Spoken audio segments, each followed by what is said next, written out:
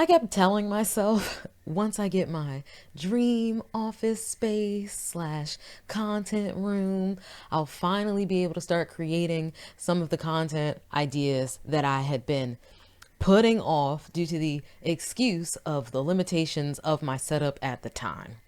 I had plans for this office space, ordered the furniture that I wanted, including this desk, that cabinet coffee table situation, a new couch. Like, I was in it. I built the entire floor plan of the apartment in this game called Vivaland Dreamhouse, which is the build mode of a life sim game that's coming out at some point. And then I had started decorating within that game based on the mood board that I had built for the move. It's how I strategize literally every move since moving out of college. Every apartment that I've lived in, I'll build it in something that's like The Sims, decorate it in there. That way, by the time we move into that place, it's clockwork. I know exactly where everything is going to go. We have an idea of what spaces we want to kind of leave blank so that we can curate them together. It's my favorite part about the moving process. I legitimately felt like this new space was going to be the unlock that I needed for some of the new content that I had just been sitting on. I was finally going to have my own designated office and content space. My partner was finally going to be able to move his office space out of the bedroom, and we were really excited about that because we were already mapping out how we wanted to build his accented plant wall for his space. We were looking forward to this move so much so that we had figuratively invited all of our friends and family to join us on this emotionally exciting journey that was this moving process. Every move is a new chapter, and we wholeheartedly felt like this one was going to be grand. Some people might call it counting chickens, but the odds that everything would get flipped on its head the day of the move just seemed so far-fetched. I had ordered the desk, it was here. I had ordered the couch, it had arrived. We had started the process of selling some of our old furniture, ordered some of the new furniture that we wanted to replace the old stuff with. That was already in shipping. Donated a bunch of clothes, got rid of stuff we just no longer needed to hold on to, packed, typical moving preparations. We had submitted all the necessary change of address forms, movers were booked, utilities were scheduled to change over. I mean, we were ready. My community, the collective, was already hip to the move. So that morning, I had posted a selfie in general chat next to a sea of our packed belongings like, wish us luck, gang. Today's the day. We're so excited. Exactly 4 hours later, at 1:55 p.m., with a truck full of stuff, I sent a follow-up message to the general chat letting everyone know that the move had fallen through, and it turned out we weren't moving out after all. We weren't able to see the new unit until after we signed the lease, which we didn't receive until the morning of the move, about an hour before the movers arrived. The only thing we had to go off of was the walkthrough video that we were given that was meant to be a mirror of the unit that we were expecting to receive. We were going from a 1 bedroom to a 2 bedroom. And according to the walkthrough video, the 2 bedroom was supposed to visually look just like our unit, but bigger with a different layout. Same fixtures, same finishes, same flooring, all of it. We loved what our current unit looked like, so we were really looking forward to what was essentially just going to be expanding the space. After we finished signing, 2 reps from the leasing office went to do a walkthrough of the new unit to make sure that everything was good, it was ready to go, while I went back to the old unit so that I could help my partner give the movers the rundown for the day, like what needed to go in the truck first, last, what all the things were, all that stuff. Once the movers were squared away, I started making my way over to the new unit so that I could lay eyes on it for the first time. And I stopped in the leasing office to make sure that the walkthrough went well and everything was good to go so that I could finally go see this unit that we were meant to receive.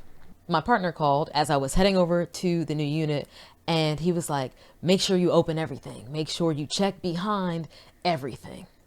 And he was right. I opened the door to the new unit, and nothing about it was what we were expecting it to be, what we were told to expect it to be. Gray floors instead of brown. No ceiling lights, which we did have in our current unit and which were in the walkthrough video. Outdated bathroom tiling. Loose shower curtain rod. Detached drain stopper in the tub.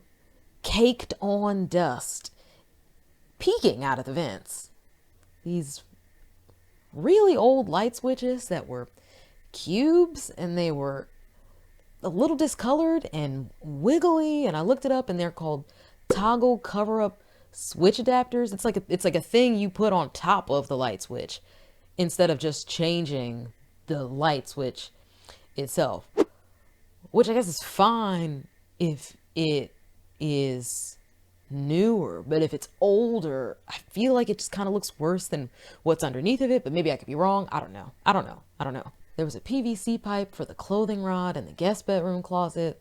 The kitchen was partially renovated. Like, the cabinetry seemed original, like, rough and a little bumpy on the inside, but the doors had been changed. The appliances had a slight upgrade, but the dishwasher was like slightly too small for the housing, for the cubby it was supposed to fit into. The icing on the cake is that when I went into the kitchen to open all the things, when I opened the dishwasher, two very adult roaches ran out, hooked a right, and went into the gap between the dishwasher and the wall. There was a dead roach in the sink, one in front of the stove, a dead one next to the vent in the master bedroom, and a live one scurrying about on the kitchen counter. We had been assured multiple times that the unit was fully renovated, would look just like our current unit, and that the walkthrough had gone smoothly. There were no issues, like we were good to go. But with every step I took into that apartment, I just felt more and more anxiety and frustration. I went back to the leasing office, told them what I had found, and had the two reps who had done the walkthrough come back with me so that I could point out all the things. And on the way back to that unit, one of the reps brought with them a giant canister of roach killer. We go into the unit. I point out all the things. They start spraying down the kitchen and tell me that pest control is going to be there the next morning. I could literally feel myself disassociating in disbelief. Not again. I'm just thinking to myself, I cannot go through this nightmare again. Years ago, under a different management company, my partner, myself, and our roommate at the time had been moved into a roach-infested apartment. It was a rainy Friday. We had gotten there like 20 minutes before the office closed. We walk into the apartment. Everything looks great.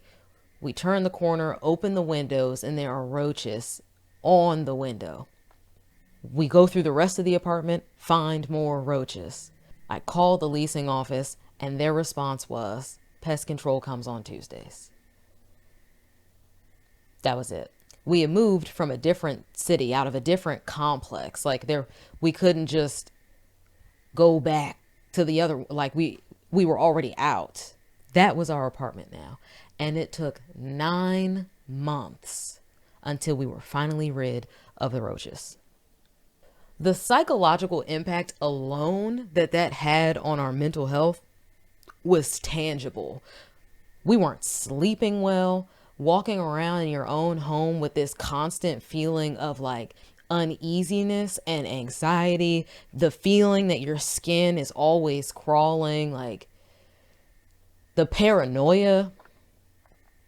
9 months.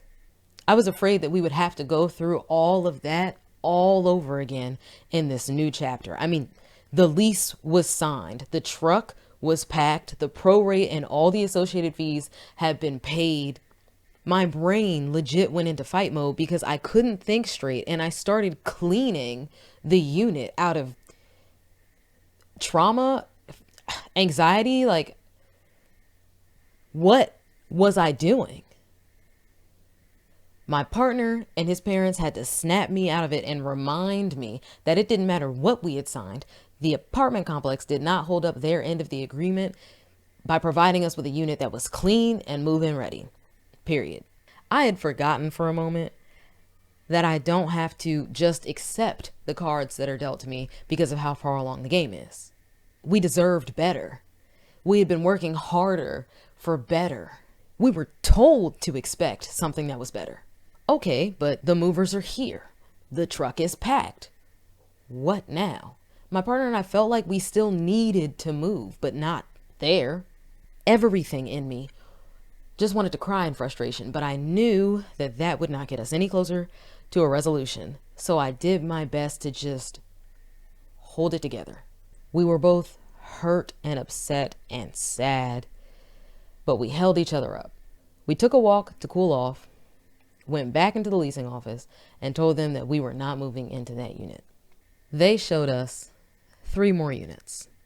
The second one wasn't much bigger than the one that we already had. It wouldn't have made sense. The third one looked like ours, and it was the right layout, but it was also infested with roaches. The first one was identical to the third one, but was severely infested with roaches. Not a single door we opened that day was for us. It was moving day. We couldn't just go to a new complex and get a same day apartment because we would have to pay thousands in a lease break fee. 30-day notice, 60-day notice, that was long gone. The only option that made any sense was to see if we could go back to our original unit, our clean, safe, comfortable unit. And I'm immensely thankful we were able to do just that. Someone else was already scheduled to move into our unit, but the really clutch people in the office were able to move them around so that we didn't have to leave.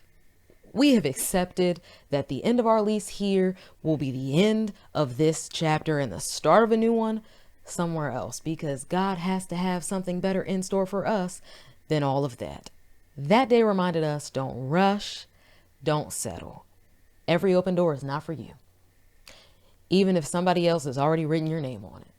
I didn't need an office or a content room that badly, because the only thing that would have been created in that space would have been more anxiety and stress. And don't get me wrong, if we absolutely had to, like no other options, it has to be this, there is no one else that I would want to have as a teammate, because if it's one thing I know to be true, it's that we take care of each other regardless of the situation. But the ability to be able to walk away from that and not just have to accept it,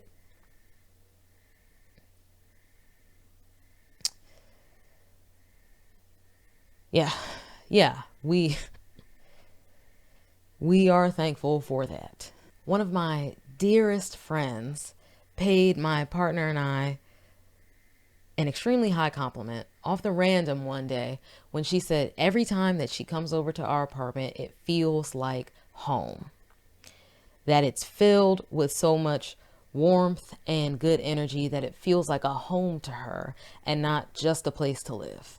I had forgotten that there were other people who felt that way when they entered our space. I mean, I feel that way Every time I walk into the apartment, or when I wake up in the morning, or when we're randomly cleaning and dancing around the apartment, listening to Radio Mirror Park or whatever other playlist is on repeat that day. But I had forgotten that other people felt that same feeling when they came to visit us, even though that's the experience that we genuinely want them to have. The reality is, we create that feeling regardless of where we are because that's just what we do. So, whatever better thing is in store for us in the future, I am open to it. That whole experience reminded me that the space does not create the energy that you need from it. You do. A person could have a content warehouse and still furnish it with enough excuses for it to become an idea graveyard. So one day at a time, I'm just going to keep climbing over this nonsensical hurdle that I have constructed for myself and thinking that the perfect space was going to lead to the inspiration that brought the content to life. No more idea graveyards, no more excuses, just trial and error and the absolute dismantling of my comfort zones. In the comments, let me know if there are creative comfort zones that you're trying to outgrow as well, or hurdles that you've created for yourself, maybe even without realizing. The process of unlearning the bad habits that you teach yourself is an ongoing one, but the growth that I'm seeing from it makes me want to keep going. As always, transferring good energy, and until next time, bye.